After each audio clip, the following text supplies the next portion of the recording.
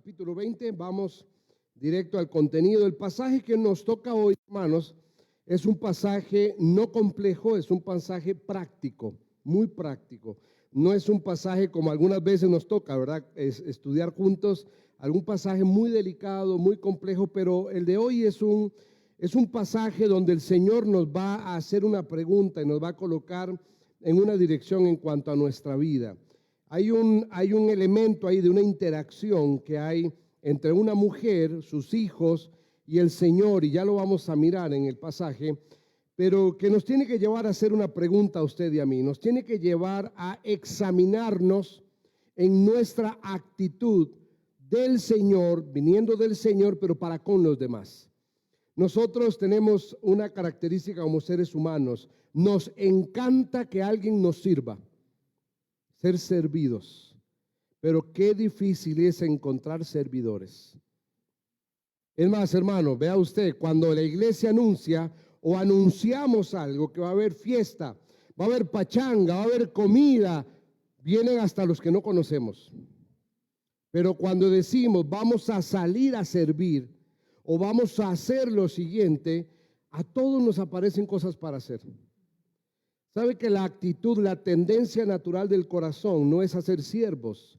Hay una tendencia nacional común o general de nuestro corazón, es que nos gusta ser servidos.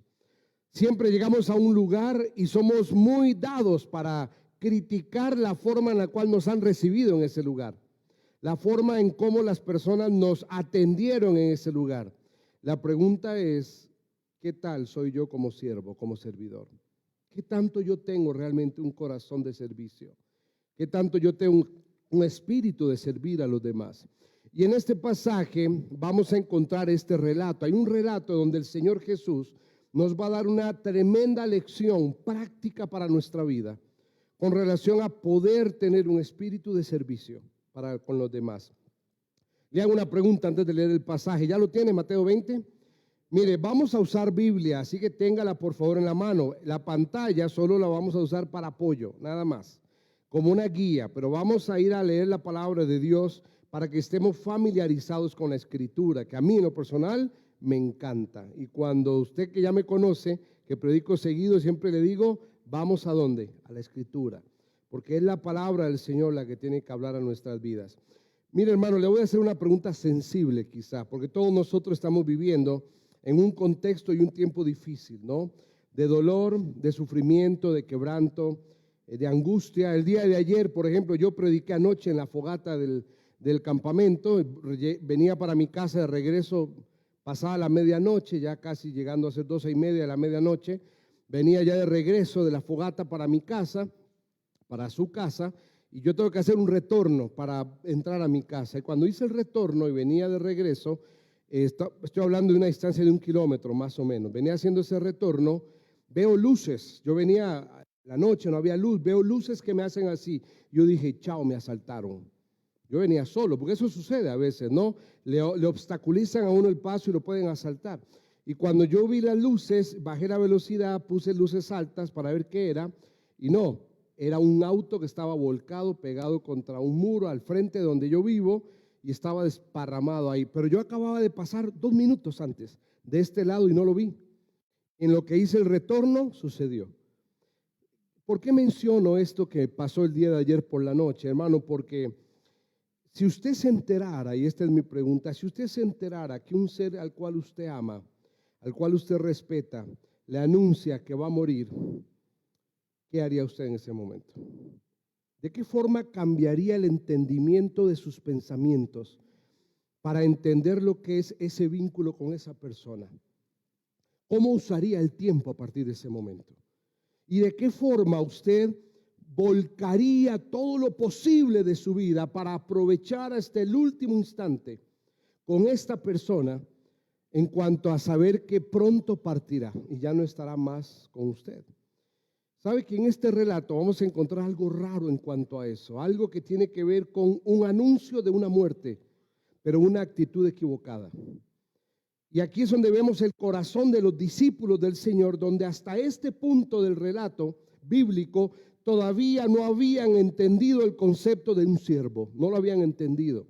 Ellos seguían sentados en la silla de ser servidos por el maestro, de obtener del maestro lo que podían, de sacarle al Señor lo que podían, pero se habían olvidado que ellos habían sido llamados e invitados a ser siervos como el Señor.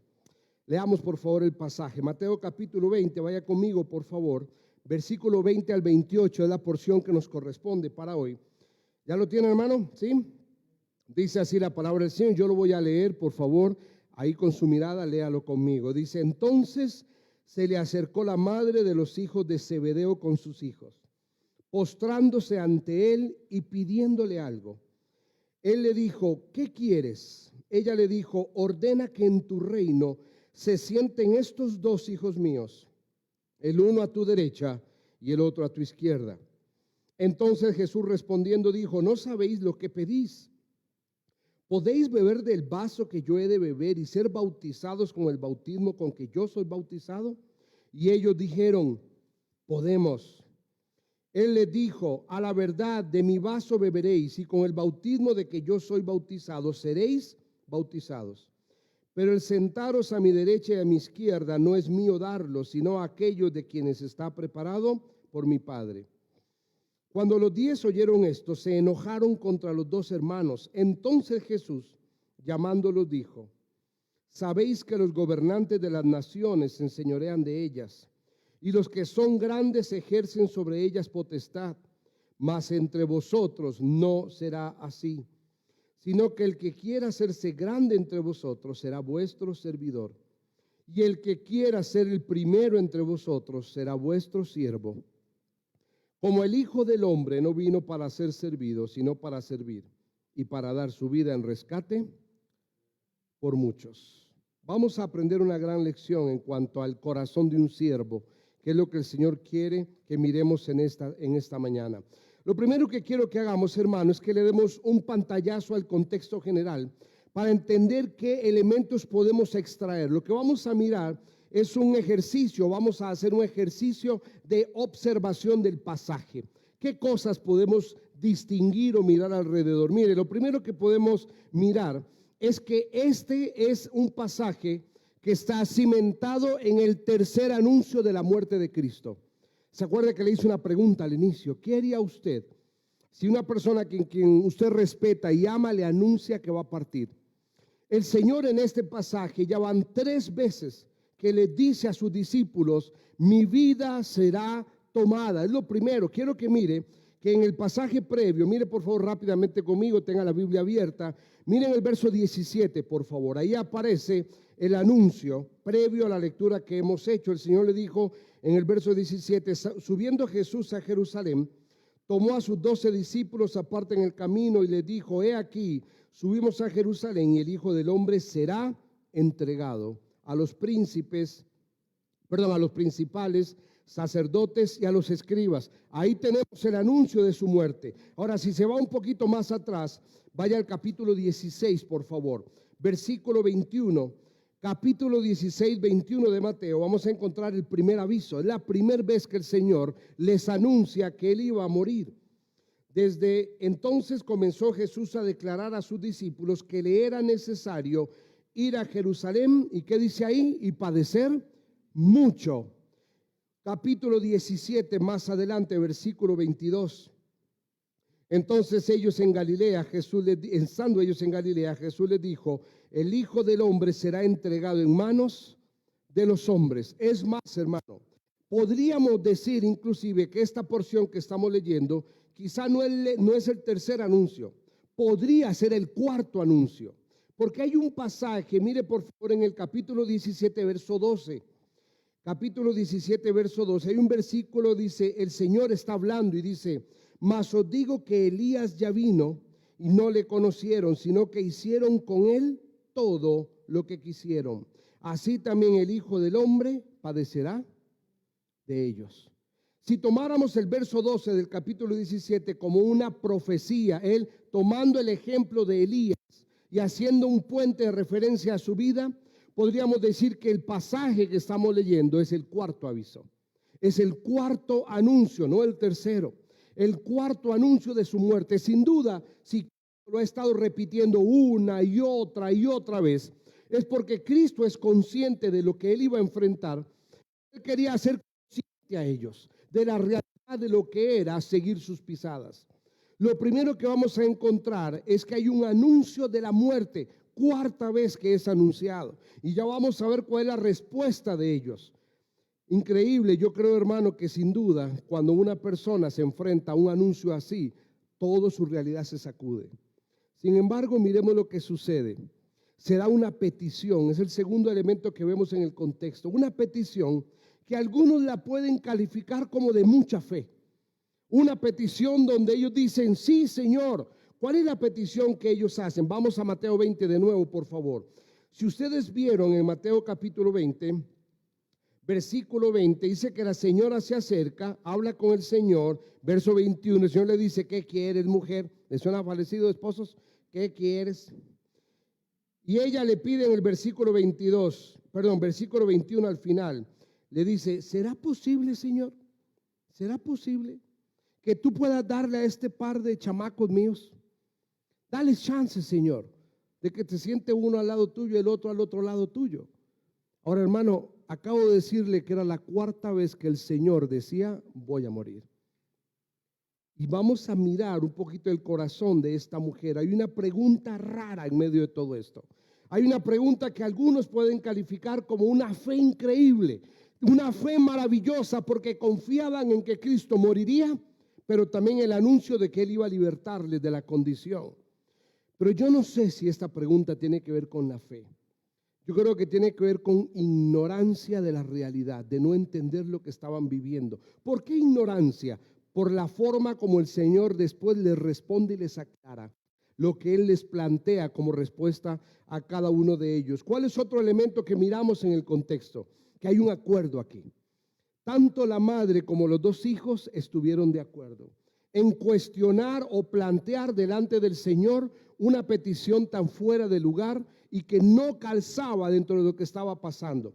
Ahora, si usted y yo vamos a Marcos, yo quiero que vaya a Marcos un segundo, vaya rápido a Marcos capítulo 10. En Marcos capítulo 10 vamos a encontrar el pasaje paralelo de lo que está sucediendo en Mateo. Pero en Marcos vamos a encontrar una diferencia bien marcada con Mateo. Y se lo quiero hacer leer para que entienda que no necesariamente esto es una contradicción. En Mateo, ¿quién es la persona que le pregunta al Señor si es posible? La mamá. Ahora mire en Marcos capítulo 10, mire el verso 35 de Marcos capítulo 10. Es el mismo pasaje, el mismo contexto de la situación. Entonces Jacobo y Juan, hijos de Zebedeo, se le acercaron al maestro y ellos le dijeron, querríamos que nos hagas lo que pedimos. Verso 36, y el Señor les dice, ¿qué quieren? Verso 37, concédenos que en tu gloria nos sentemos el uno a la derecha y el otro a la izquierda. No aparece la mamá ahí.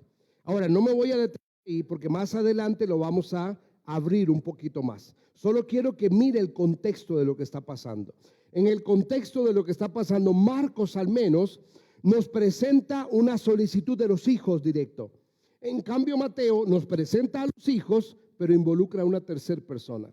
Involucra a la mamá. Y ahorita vamos a ver en un momento, vamos a mirar qué es lo que está pasando aquí y quién es esta mamá que interfiere en medio de una solicitud. Ahora, hermano, permítame decirle algo. Este relato nos muestra una debilidad de carácter de la mamá de estos jóvenes. Porque la motivación de la solicitud es una motivación equivocada. ¿Y quién respalda la solicitud? La mamá.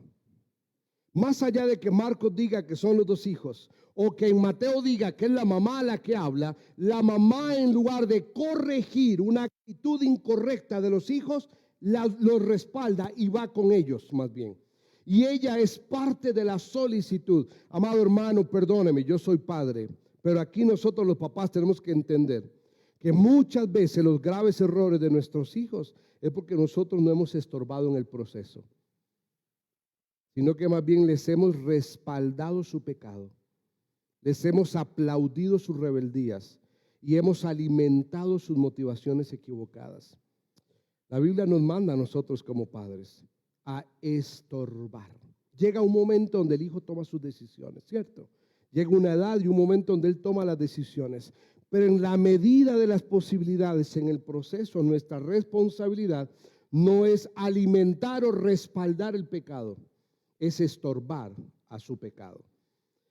Seguimos adelante. Cuarto elemento que encontramos allí en el contexto es que esta petición generó una reacción. Esta petición, si ustedes miran, hermanos, en el contexto, vamos a ver que los otros discípulos fueron impactados negativamente. Hay una respuesta de los discípulos reclamando de qué estaban haciendo ellos. Y el Señor tiene que ubicarlos y ya lo vamos a mirar. Otro elemento en el contexto es que no existe aprobación. Gracias, Ale. No existe aprobación de parte del Señor en lo que está pasando. El Señor no está aprobando ni la solicitud de los dos discípulos con su mamá de pecho, tampoco aprueba la respuesta de los otros 10. El Señor no aprobó ninguna de estas cosas.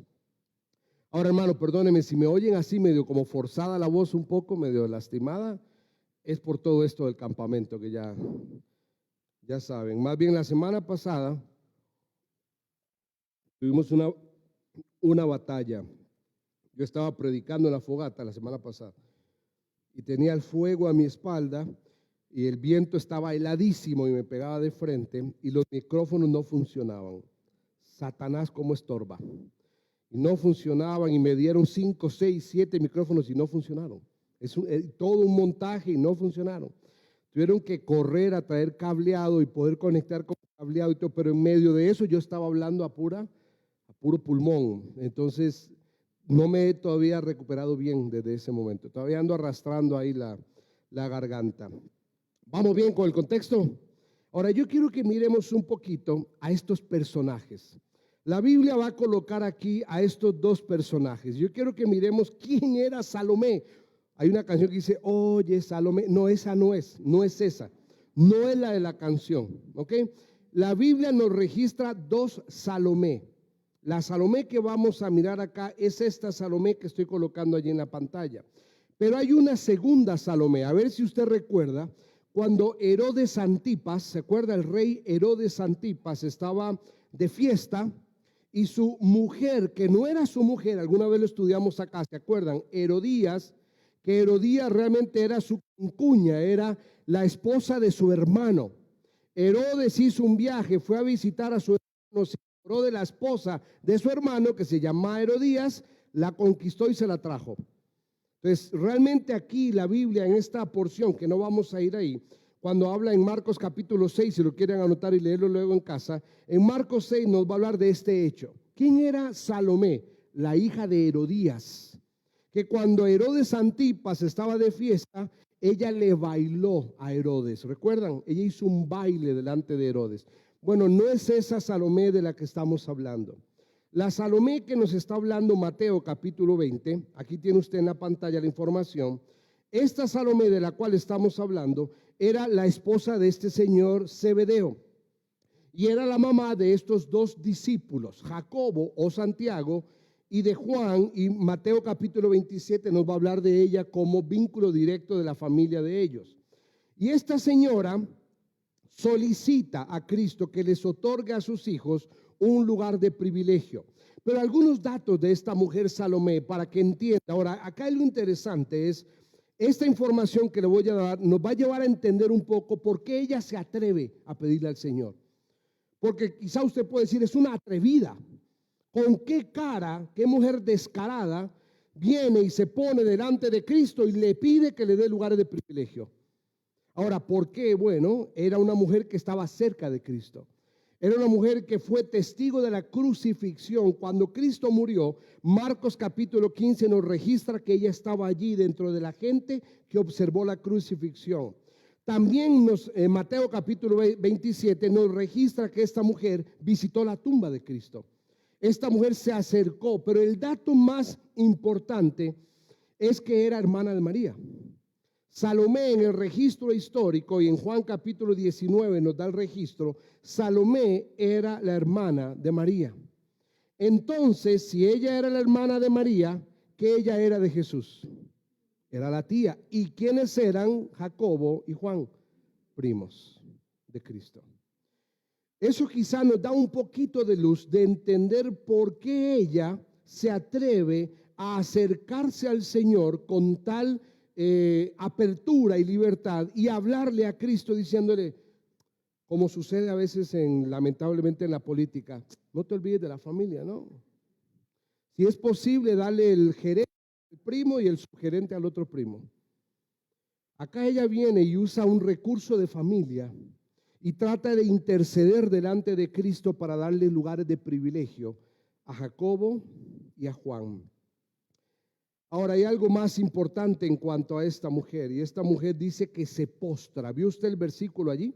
Mire por favor allí en el versículo 20 al final, dice que ella postrándose ante él le solicita.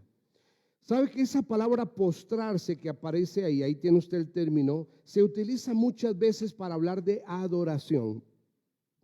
Ahora, el contexto no nos da claridad de si la actitud de ella fue adoración o simplemente un acto de respeto reconociendo quién era Cristo. Lo que sí la Biblia nos registra es que ella tuvo un gesto de respeto delante de Cristo para luego usar su vínculo familiar para solicitar un lugar de privilegio para sus hijos. Ahora, ¿quién era Zebedeo? Bueno, Zebedeo era el padre, por supuesto el relato lo marca, pero Zebedeo, lo cual no nos da mucha información, la Biblia solo nos enseña que él era un hombre que se dedicaba a la pesca, era un pescador en el mar de Galilea. Entonces, el contexto del relato nos va a mostrar, número uno, que hay una petición que está desubicada en el contexto. El Señor está anunciando su muerte y aparece la tía que en lugar de sentir pena de alguna manera porque su sobrino iba a ser muerto, iba a ser crucificado, usa el momento, quizá ella pensando, lo voy a encontrar débil o lo voy a encontrar vulnerable, porque él sabe que lo están persiguiendo y lo van a matar, y en lugar de mostrar compasión por su sobrino, usa la circunstancia para buscar un lugar de privilegio para sus hijos. Hermano, en medio de todo este contexto que le estoy colocando, yo quiero que aprendamos dos lecciones en esta tarde. Quiero que aprendamos acerca de la ambición de los privilegios. La ambición. Muchas veces nosotros tenemos una lucha muy fuerte en cuanto a lo que es controlar el impulso de nuestro corazón en cuanto a la ambición de las oportunidades que hay en nuestra vida. Hermano, alguien dijo, conocerás a una persona cuando le des plata y poder. Ahí la conocerás. Hay personas que son muy amables mientras no tengan plata y poder. Una vez tengan dinero y poder, sale a la luz mucho de la verdad del corazón. Hermano, en medio de este contexto vamos a hablar de la ambición de los privilegios y vamos a mirar dos cosas allí. La primera cosa que vamos a ver, vamos a mirar un poquito que es esta petición, que algunos la pueden llamar astuta, otros la pueden llamar incomprensible. Pero también vamos a mirar brevemente la respuesta de Cristo, que no va dirigida a la madre. Vamos a ver que Cristo le dirige la respuesta a los discípulos, no a la mamá. Evidentemente eso nos da algún contenido. Entonces lo primero que vamos a ver, vamos por favor allí, Mateo capítulo 20, vamos al verso 20 al 23, ya hemos ojeado rápidamente estos versículos. En el versículo 20 se presenta la madre, se acerca al Señor Jesús, se postra. En el versículo 21 el Señor pregunta qué quieres, ella le pide que le dé un lugar de privilegio a sus hijos. En el verso 22 Jesús le da la respuesta y les dice, no saben lo que piden, y ya lo vamos a mirar brevemente. Y en el versículo 23 el Señor les hace una advertencia muy clara de la petición que ellos están haciendo. Entonces, en medio de ese contexto, quiero que miremos algunos elementos. Lo primero es, ¿por qué pedían sentarse a la derecha y a la izquierda? Nosotros tenemos que entender qué significaba eso en los lugares de preeminencia en la cultura judía romana de aquella época. Cuando una persona delante de un rey, en un estrado de honor, una persona era sentada a la derecha o era sentada a la izquierda, tenía una representación, y usted lo tiene allí en la pantalla. La persona a la cual se le asignaba el lugar derecho del rey, Cuando el rey estaba en su estrado de poder, la persona que estaba a su derecha era reconocida como una persona de gran honor, de gran privilegio, pero una persona de poder. Por eso estaba a la derecha. Aunque siempre hablamos acerca de, tú eres mi mano derecha. Siempre hablamos, cuando hablamos acerca de algún tipo de responsabilidad, siempre alguien dice, yo quiero que tú seas mi mano derecha, nunca decimos izquierda. Y eso nosotros lo traemos de la cultura romana. Quizá usted y yo no lo sabemos, lo usamos simplemente porque lo hemos escuchado de alguien. Pero eso lo hemos heredado de la cultura romana y el sentido de lo que era el otorgamiento de privilegios del que se sentaba a un lado o al otro del rey. El que se sentaba a la derecha era una persona de alto honor, una persona que tenía gran privilegio, pero una persona que tenía poder. Era la persona que normalmente iba a los demás pueblos en representación del rey. Era quien iba y daba ordenanzas a los ejércitos en nombre del rey. Era el que iba y podía determinar decisiones trascendentales en nombre del rey. Ahora, el que se sentaba a la izquierda también era una persona de grande honor, pero era considerado como un segundo escalón. Ahora, ¿se da cuenta por qué lo pide ella? Ella dice, híjole, se me va a morir Jesús. Entonces voy a apurarme porque hay 10 más. Hay otros 10. Entonces, que los lugares de honor, de poder y privilegio y autoridad en representación del gran rey sean mis hijos. Oye, ¿no les suena familiar lo que a veces los papás nos equivocamos con alguna de esas cosas? Hay muchos papás que se equivocan con esto. Que mis hijos sean los que tienen él. Que mis hijos sean los mejores de. Y a veces nos equivocamos porque estamos inyectando en el corazón de nuestros hijos motivaciones no espirituales, sino motivaciones carnales. Y esta mujer lo tenía. Hermano, hay algunos elementos que era interesante resaltar acá. Ellos no estaban preocupados por el servicio del reino. Ellos no estaban inquietos por ver ese reino mesiánico que Cristo había anunciado. Ellos no estaban preocupados por el servicio, estaban preocupados por el honor. Esa era la batalla. Y muchas veces es la misma batalla que usted y yo tenemos. A veces no estamos preocupados por servir, estamos preocupados por el reconocimiento. A ver quién lo reconoce, a ver quién me aplaude. Ah, sí, me están pidiendo esto. Bueno, a ver, ¿y quién me va a dar a mí entonces? Y uno empieza a condicionar lo que Dios pide, no pensando en servir a los demás en nombre de Cristo, sino pensando en ver qué obtengo de privilegio de aquello que estoy invitado a hacer. Esta mujer nos va a revelar una motivación del corazón que está totalmente distorsionada. Amado hermano, a veces nosotros buscamos con ímpetu los honores, pero rechazamos de entrada el servicio. Amado hermano, hay algo interesante en cuanto a este relato de esta mujer. Acuérdense que ellos ya eran personas de alta estima para Cristo. ¿Se acuerda que Juan era considerado el discípulo amado? ¿Se acuerdan? Juan era considerado el discípulo amado, una de las personas que él siempre tuvo cerca de él, una persona que él estimaba grandemente. Su hermano Jacobo, conocido Santiago, era llamado Santiago el Mayor. ¿Sabe por qué era conocido así? Porque era una persona que estaba después de Juan cerca del Señor. Y había un tercero, Pedro, ¿se acuerda? Eran los 3 que estaban cerca del Señor. Pero para ellos y para su madre no era suficiente. Era necesario algo más. ¿Se da cuenta la ambición del corazón? No es suficiente con estar en el estrado del maestro. No es suficiente con caminar con él todos los días. No es suficiente con vivir cara a cara con él y ver el privilegio de la obra redentora. No es suficiente para ellos. Ellos querían honor y privilegio. Y ahí viene la petición. Amado hermano, le dije de que hay una aparente contradicción entre Mateo y Marcos. ¿Se acuerdan? Ya lo leímos. Hermano, no existe ninguna contradicción. Lo que cambia es la forma del enfoque del que escribe la epístola. Usted tiene que entender, hermano, que en el trazo bíblico, cada uno de los evangelios tiene un enfoque diferente de la obra de Cristo. Hay evangelios que presentan a Cristo como la figura del rey y exalta a Cristo como rey. Y todo el enfoque de aquel autor de ese evangelio presenta elementos de reinado de Cristo. Hay otro evangelio que presenta el enfoque de la humanidad de Cristo como humano, como hombre. Y todo el enfoque del evangelio tiene que ver con la humanidad, etcétera, etcétera. Lo que están haciendo Mateo y Marcos simplemente es presentando dos enfoques.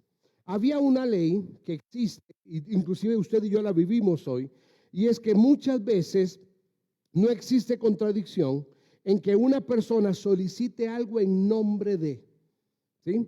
Hay personas que han llegado, ¿no? Quizá usted a su trabajo y le ha dicho, mire, necesito que me mande esto. ¿Y quién lo pide? Vengo en nombre de. Y se le es otorgado, no porque usted lo pide, sino porque va en nombre de. Es como hacíamos en la antigüedad, hoy ya no se da tanto, creo. Pero en la antigüedad, cuando yo me criaba, hace unos 10 añillos atrás, cuando yo me criaba, yo me acuerdo que en mi país, en Costa Rica, se le dice pulpería. La pulpería es la tiendita, ¿no? La tiendita del barrio, de la calle.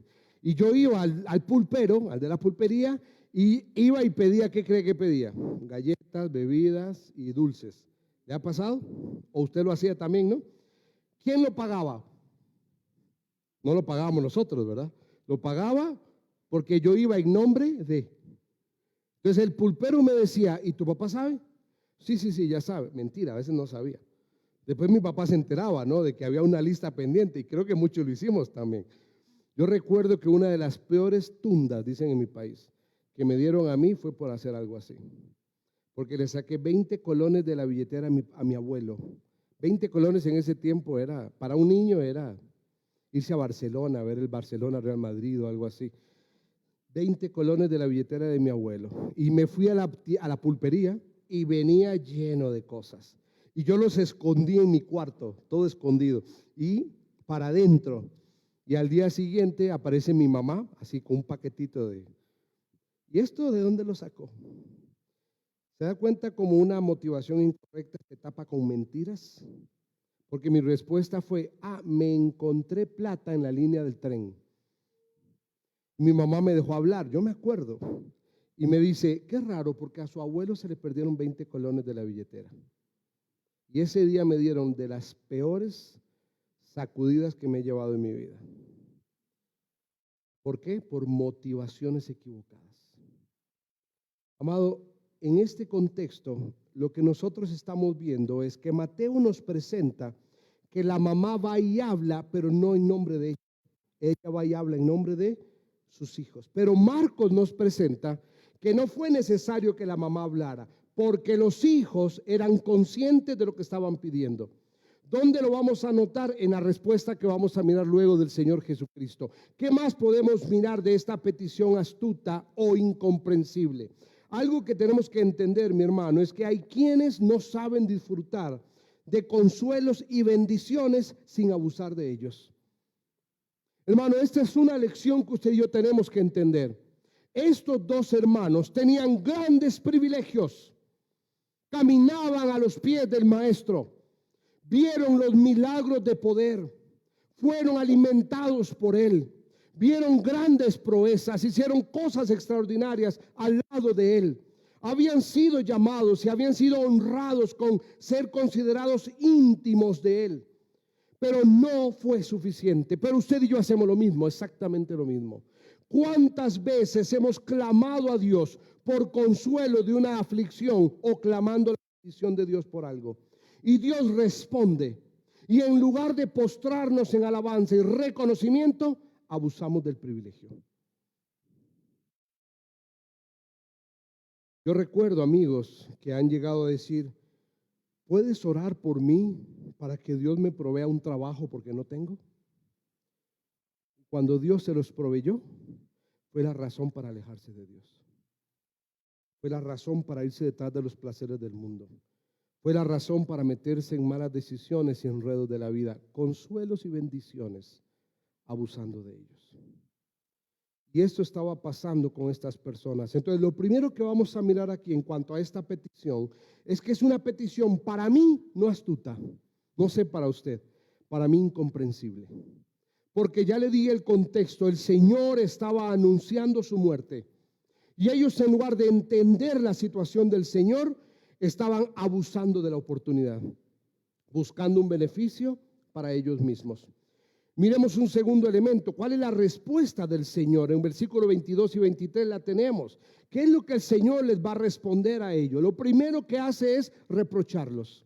Si usted mira allí el versículo 22, el Señor les dice, no saben lo que piden. No saben lo que piden. Mi querido hermano, por eso la Escritura dice que nosotros a veces no recibimos porque no pedimos, o cuando pedimos, ¿qué dice? Pedimos mal. Porque no sabemos lo que pedimos. Romanos capítulo 8, que habla de la obra del Espíritu Santo, dice que el Espíritu Santo intercede delante del Padre, canalizando nuestros clamores porque no sabemos cómo pedir. Y el Espíritu Santo es nuestro canal de comunicación con el Padre. Mi querido hermano, aquí encontramos un conflicto de parte de ellos. Y yo quiero que usted mire y preste atención a esto. Esta respuesta que el Señor le da en el verso 22, no sabéis lo que pedís, no se lo dice a la madre, se lo dice a los hijos. Porque quienes iban a enfrentar el resultado de la petición no era la madre, eran los hijos. Y el Señor les dice, lo primero que Él hace es reprocharles. Y les dice, ustedes están pidiendo algo y no saben lo que esto implica. El Señor Jesús va a seguir mirando el relato y hay algo que es interesante notar en contraste con un versículo más adelante. Y es que ellos no solamente no sabían lo que pedían, sino que tampoco sabían qué responder. ¿Qué dijo el Señor? Si ustedes vieron más adelante en el versículo 22, el Señor les dice, ustedes no saben lo que piden. Y el Señor les pregunta entonces, ¿pueden hacerse cargo de lo que están pidiendo? ¿Te harías cargo de lo que estás pidiendo? El Señor les dice, ¿podéis beber del vaso que yo voy a beber? ¿Y podría ser bautizado con el bautismo que yo voy a ser bautizado? ¿Y qué respondieron ellos? Sí, Señor. ¿Sabe qué? Yo creo que a veces el corazón de ellos en este momento no supieron qué responder porque la motivación era equivocada. Quizá ellos dijeron, no debe ser gran cosa esta cuestión. Y nos vamos a echar unos rounds con algunos de los enemigos, a algunos fariseos les vamos a ir a pegar un par de golpes y listo. Ellos no sabían lo que estaban pidiendo. Y el Señor va a colocar delante de ellos la gran piedra de lo que implicaba beber de la copa que el Señor iba a beber y ser bautizados con el bautismo del Señor, porque tanto la copa como el bautismo representa sufrimiento, ambas cosas. Mi querido hermano, nosotros como hijos de Dios somos muy imprudentes para ir delante del Señor a veces y pedimos por algo de lo cual después no estamos seguros y no estamos conscientes. Mire, le voy a decir el ejemplo. Las fogatas son hermosas. Es un tiempo maravilloso. Anoche yo prediqué en la fogata. Pero la fogata tiene un enemigo. Y es a veces tomar decisiones sin estar dispuestos a asumir la decisión que tomamos. Ay, en el momento sí, Señor, quiero vivir para ti. Señor, quiero vivir en santidad. Señor, quiero serte fiel. Señor, quiero atender a tu llamado. Señor, en la fogata, ¿no? Hay todo un entorno y un contexto que para muchos de nosotros una fogata cambió nuestra vida. Hoy yo soy ministro del Señor, soy misionero y estoy delante suyo y una fogata marcó mi vida. Pero no para todos. Hay muchos que una fogata simplemente fue un pequeño chispazo en medio de un elemento de paja. Así se fue. Fue un momento simplemente donde yo le ofrecí a Dios algo y me fui de boca. Sí puedo, Señor, sí podemos. ¿Estás dispuesto? Sí podemos, sí lo hago, sí lo cumplo, sí renuncio, sí lo dejo, sí abandono. Pero es falsedad. ¿Cuántas veces, mi querido hermano, nosotros no estamos dispuestos a soltar las amarras de aquello que Dios me está diciendo, suéltalo? Y no estamos dispuestos. Y aquí el Señor los coloca a ellos y los enfrenta y les dice, ¿están seguros de lo que piden? No saben. Ustedes no saben lo que están pidiendo. Y el Señor les va a colocar delante de ellos algunos elementos importantes Porque beber, le dice el Señor, y ser bautizados es equivalente a sufrimiento. Yo quiero que usted mire qué pasó con la vida de ellos. Ellos no sabían lo que estaban diciendo. Ellos dijeron, sí, podemos, y el Señor les va a colocar delante de ellos ejemplo de vida. Más adelante Él les va a decir, y va a colocar su vida como ejemplo. ¿El Señor de qué es ejemplo? Sin duda, en primer lugar, es ejemplo de humillación. Así como yo voy a ser humillado, ustedes serán humillados. Mi querido hermano, usted y yo no tenemos que sorprendernos por padecer por Cristo. ¿Sabe que a veces nosotros, los creyentes, usted y yo, queremos vivir para Cristo con un mensaje equivocado? A usted y a mí nos han vendido un marketing del evangelio. ¿Qué es un marketing del evangelio? Venga a Cristo y todo va a estar bien. Venga a Cristo y no tendrá problemas. Venga a Cristo y usted no padecerá enfermedad. Mi hermano, no tiene nada que ver una cosa con la otra. Venir a Cristo en primer lugar tiene que ver con una eternidad, es lo primero. Es entender que nuestra vida va más allá de lo que hoy estamos viviendo y es una vida eterna en Cristo Jesús por la obra redentora y el derramamiento de su sangre. Eso es lo primero, pero lo segundo es la promesa de Cristo que aún en valle de sombra y de muerte Él estará conmigo. Es diferente, es el entendimiento de que podremos atravesar los valles de dolor, pero con Cristo sosteniendo nuestra vida. No es la ausencia de conflicto, no es la ausencia de luchas, porque estamos en un mundo inundado de inmundicia y de pecado. Y mientras en este mundo esté gobernando el príncipe de las tinieblas, habrá siempre dolor y quebranto. Pero en Cristo podremos ser victoriosos, porque Él sostiene nuestra vida y nos lleva en medio de los valles de dolor. El Señor no les está diciendo a ellos, obedezcan a mi llamado y serán plenos. No, el Señor les dice, no saben lo que están pidiendo. Porque si quieren beber de mi copa, enfrentarán humillación como yo la voy a enfrentar. Y quizá enfrentarán la muerte como yo la voy a enfrentar. Y mire cómo sucede. Jacobo, ahí tiene usted el dato. Jacobo Santiago, estos dos que están aquí pidiéndole lugares de honor. ¿Qué pasó con Jacobo? ¿Se acuerda? Jacobo está registrado en la historia de los discípulos como el primer discípulo que murió por martirio. Es el primero. Y el relato nos lo va a dar en Hechos capítulo 12, ahí usted lo va a encontrar. ¿Qué pasó con Juan?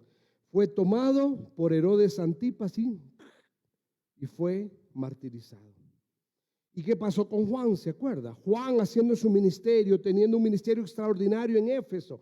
Juan fue tomado y fue desterrado, fue llevado a una isla y fue colocado en un lugar totalmente apartado. Y la tradición y la cultura y los libros de historia, la tradición antigua, dicen que después de haber sido sacado del destierro, Juan murió martirizado también.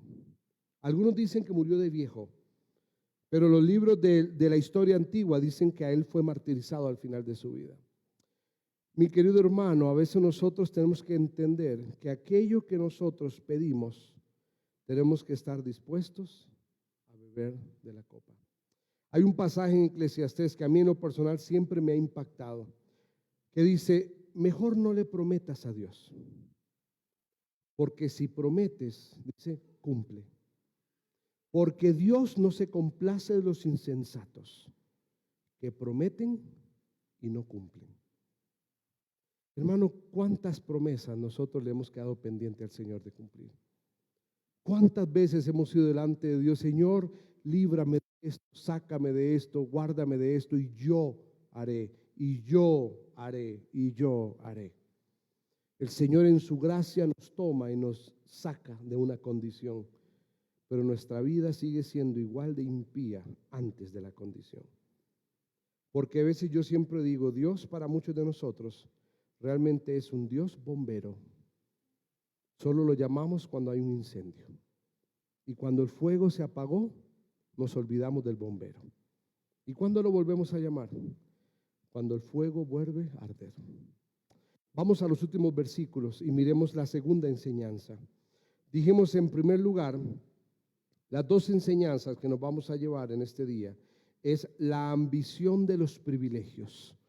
Había una ambición en el corazón de estos dos discípulos y de la madre. solicitando cosas que estaban fuera de lugar. Pero ahora vamos a mirar la respuesta del Señor.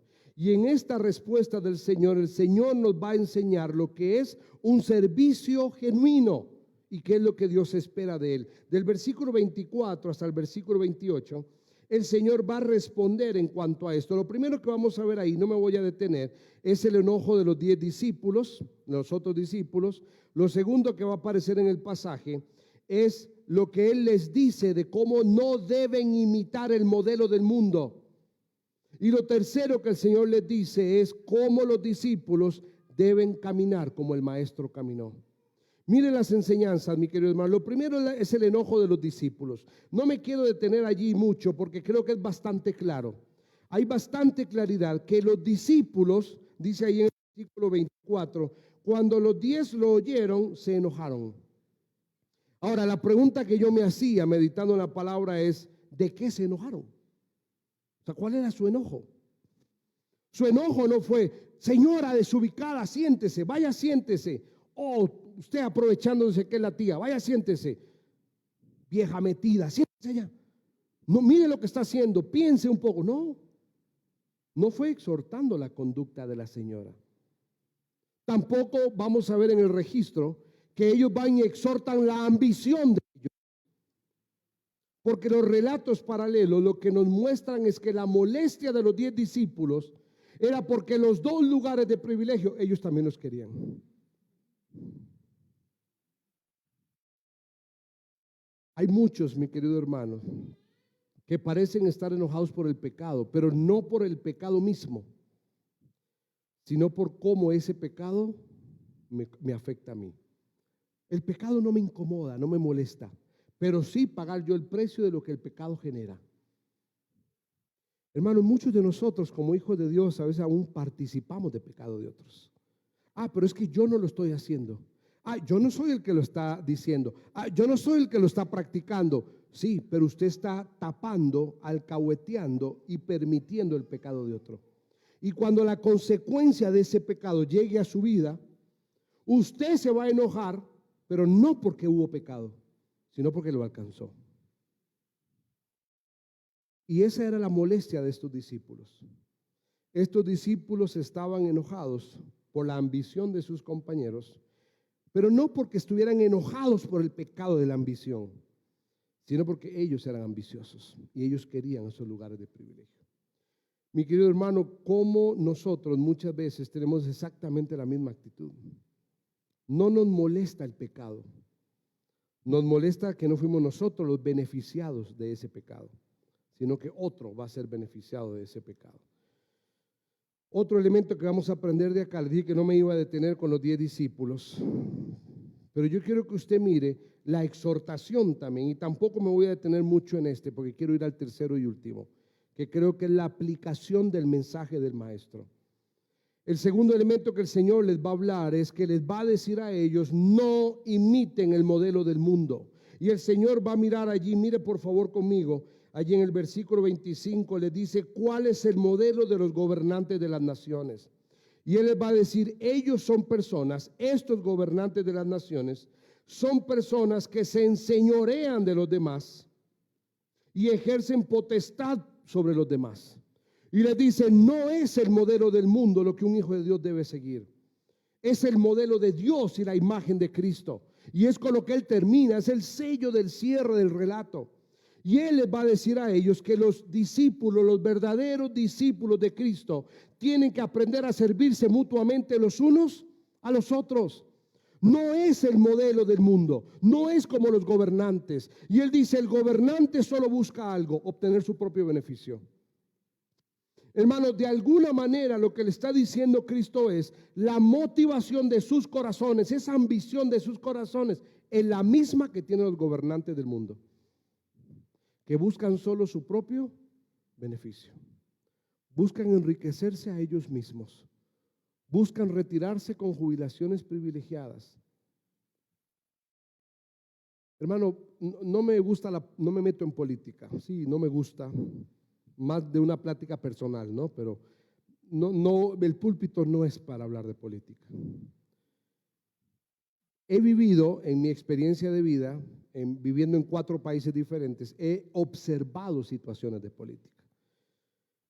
Y lo que me da tristeza, y no voy a hablar de lugares, ni países, ni partidos, porque no es el propósito, lo que me da tristeza es cómo a veces hay políticos que promueven una motivación social. Vote por mí y yo ayudaré. Pero una vez que obtienen el lugar, se ayudan a ellos mismos. Y ese es el corazón que el Señor está exhortando acá. El Señor les dice, no necesitas ser un gobernante de las naciones para que haya ambición en tu corazón. Él está diciendo, la ambición de su corazón es como la de los gobernantes de las naciones. Que lo único que ellos buscan, y se lo dice clarito ahí, es enseñorearse de los demás y ejercer potestad. Lo único que quieren es poder, dominio, mantener a los demás en una condición mientras no sea la de él. Y beneficiarse, y por eso genera un contraste maravilloso acá. Y les va a decir en el versículo 26, ustedes no van a ser así. Y les da una exhortación fuertísima. Y les va a decir que tienen que entender 2 cosas. Que tienen que aprender a ser diáconos y doulos, les va a decir. Porque esas son las 2 palabras que va a usar aquí. Mire por favor el verso 26 conmigo. Les dice, pero entre ustedes no va a ser así, sino que el que quiera hacerse grande entre vosotros, primero le dice, tiene que aprender a ser un servidor. ¿Sabe qué es lo que a mí me encanta este concepto? Porque hace muchos años, estudiando el concepto del doulos, yo preparé un estudio que yo le llamé la verdadera grandeza de un hijo de Dios. La verdadera grandeza de un hijo de Dios tiene que ver con una genuina humillación. El Señor dice, los que se exaltan serán humillados. Los que se humillan genuinamente serán exaltados. La verdadera grandeza de un hijo de Dios está en una genuina humillación. ¿Qué es una genuina humillación? Dejar de pensar en mí y aprender a pensar en ti. Y el Señor aquí les dice, el primer rasgo que debería haber en un hijo de Dios es aprender a ser un servidor. Y mire que esta palabra servidor es una palabra que usamos aquí en la iglesia, la palabra diácono o diaconía.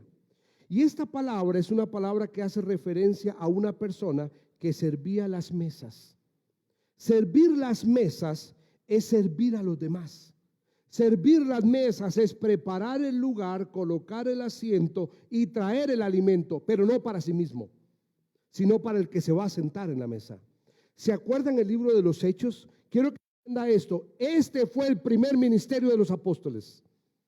Si usted se acuerda en el libro de los Hechos, cuando los apóstoles se dieron cuenta que había mucha gente que atender, ¿se acuerda? Mucha gente que atender y había mucho ministerio que hacer. Ellos organizaron el ministerio y dice que definieron ¿qué? Diáconos. Definieron personas que atendieran las mesas para ellos poderse dedicar a predicar la palabra. ¿Qué significa eso entonces? Que ese era parte del ministerio que ellos hacían. Pero llegó un punto de demanda donde ya no podían más. O atendían las mesas o predicaban el mensaje que Cristo les había encomendado. Entonces Dios levantó diáconos para servir las mesas y ellos poderse enfocar en predicar el mensaje de Cristo. Lo primero que la Biblia a mí me exhorta como hijo de Dios es aprender a tener un corazón de diácono, de servidor de mesas. Pero mire la segunda, le dice en el versículo 27, y el que quiera ser el primero entre vosotros tiene que aprender primero a ser, ¿qué dice ahí? Siervo. Y ahí va a usar otra palabra, que es la palabra, ya no es la palabra diácono, ahora es la palabra doulos la que usa ahí. Y la palabra doulos habla acerca de ser ser propiedad del dueño, ser un esclavo. Hermano, es imposible ser un diácono si primero no entiendo que soy doulos. Primero yo tengo que entender que soy doulos, soy propiedad de Dios. Él me compró por precio, Él derramó su sangre, soy suyo. Y cuando yo entiendo cuál es mi lugar no es el lugar de los gobernantes, mi lugar es el lugar del doulos, del esclavo, del siervo de Dios. Y entonces cuando yo logro entender eso, mi perspectiva de vida cambia. Ahora podré ser diácono, servir las mesas, porque entiendo para quién lo hago y en nombre de quién yo lo hago. Vamos al tercero y último, hermano, y ahí vamos cerrando. Tercer elemento que el Señor les va a decir aquí. Los discípulos deben parecerse a sus maestros. Y aquí el Señor nos va a dar dos lecciones impresionantes. Lo primero que el Señor va a colocar, su modelo, es a darnos el ejemplo de la humildad y la utilidad. Mi querido hermano, te lo digo como ministro del Señor, como líder de un ministerio, si hay algo que me cuesta es servir con personas que no tienen humildad, pero tampoco son útiles. ¿Fui claro o no fui claro? Es difícil servir con personas que solo centralizan todo en ellos, pero es difícil servir con personas que no son útiles. ¿En qué sentido son útiles? En servir a los demás y dejar de pensar en que sea el beneficio propio.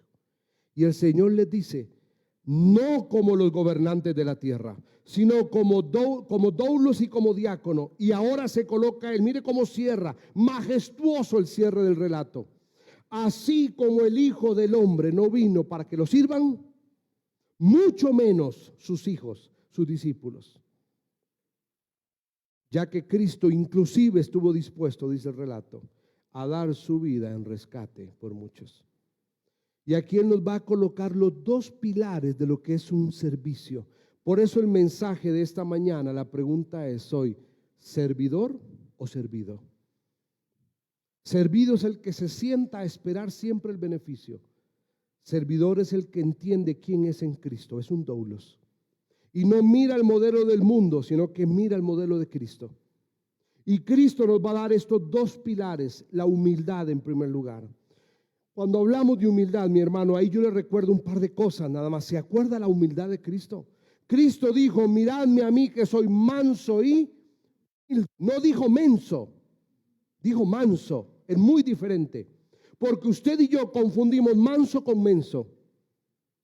Manso no es que me pisoteen, manso no es que a mí me estén pasando el tráiler por arriba y yo ay, que debo ser manso como Cristo. Manso, la palabra manso es referida a personas que tienen carácter que puede ser impulsivo, pero que lo tienen controlado por la obra de Cristo. Y muestran en sus acciones humildad. Sujetos. ¿Por qué? Porque ponen por delante el amar a los demás antes de vengarse a los demás. Y por eso Cristo dijo, mírame a mí, soy manso y humilde. ¿Cuáles son algunos de los ejemplos que Cristo nos dejó de humildad? Hermano, Él le lavó los pies a sus discípulos, pero ¿sabe qué es lo interesante? No encontramos un versículo que diga que ellos se lo lavaron a Él. No lo hay. ¿Qué haría usted si ahorita yo le saco sus zapatos y después de levantarme del desmayo, yo le lavo a usted sus piecitos? Quizá, ¿qué haría usted? Quizá me diría, Roy, déjame lavártelos también. No encontramos en el relato que ellos le hayan dicho, Señor, permítenos lavarte tus pies. No lo hace. El Señor lavó los pies de ellos, ayudó a los necesitados, escuchó las aflicciones de todos y atendió necesidades. Mi querido hermano, es un modelo de humildad, pero también de utilidad. El Señor no solo vino para dejarnos relato de proezas y maravillas, sino que el Señor fue útil, tan útil que Él entregó su vida, como termina diciendo el versículo, en rescate por muchos. Y sabe que esa palabra rescate es una palabra maravillosa, que es para estudiarla completa en una conferencia. La palabra rescate es una palabra que habla acerca de haber pagado el precio más alto que alguien puede pagar para sacar a un esclavo de su condición de esclavitud y darle libertad. Usted y yo hemos sido esos esclavos por causa del pecado. El precio pagado por Cristo. Y por eso usted hoy y yo nos llamamos libres en Cristo. Porque Cristo pagó el precio que el mercado de esclavos demandaba para darnos libertad a usted y a mí. Mi querido hermano, lo que el Señor espera de nosotros es que podamos ofrecer un servicio como la de un doulos, un servicio como la de un diácono, con una actitud de humildad, pero también siendo útiles en nombre de Él. El Señor murió como víctima y aún su sacerdocio fue un acto de humildad delante de Dios, ofreciendo un sacrificio perfecto Como dice Hebreos, hecho una sola vez y para siempre. Y gloria a Dios porque la obra de Cristo fue completa y maravillosa. Y con esto terminamos. Jesús les mostró la verdadera grandeza a ellos. Jesús les enseñó que la verdadera grandeza de un hijo de Dios no está en ser servido, sino que está en aprender a servir con un espíritu de humildad a los demás. Jesús nos muestra que debemos aprender a contrarrestar el yo. Hermano, porque para usted y para mí de manera natural lo que brota es el yo. Es el anhelo de obtener algo en favor. Sino que aprendamos a doblegar ese orgullo y soberbia, envidia y ambición de obtener solo beneficios personales que a veces los hijos de Dios tienen y luchamos. ¿Para qué? Para podernos mostrar como servidores de los demás. Y vuelvo a la pregunta que le hice al inicio: ¿qué somos? ¿Servidos o debemos aprender a ser servidores? El Señor nos exhorta a poder servir a los demás. Hermano, que podamos llevar esto a nuestra práctica diaria y podamos aprender a renunciar a que los privilegios nos beneficien, sino vivir con un espíritu de servir a los demás. Padre, en esta tarde, Señor, te agradecemos por este tiempo. Alabamos tu nombre, Señor, y dejamos este consejo de tu palabra, Señor, delante de nuestra iglesia, para que seas tú, Señor, enseñándonos y exhortándonos en la forma como debemos vivir. Gracias, Señor, te damos. Bendice mis hermanos y llévales con bien a cada uno, Señor, a donde cada uno se dirija en este día. Ayúdanos, Señor, a poder crecer cada día más en poder servir a los demás. En el nombre de Jesús. Amén. Señor les bendiga, hermanos. Que estén muy bien.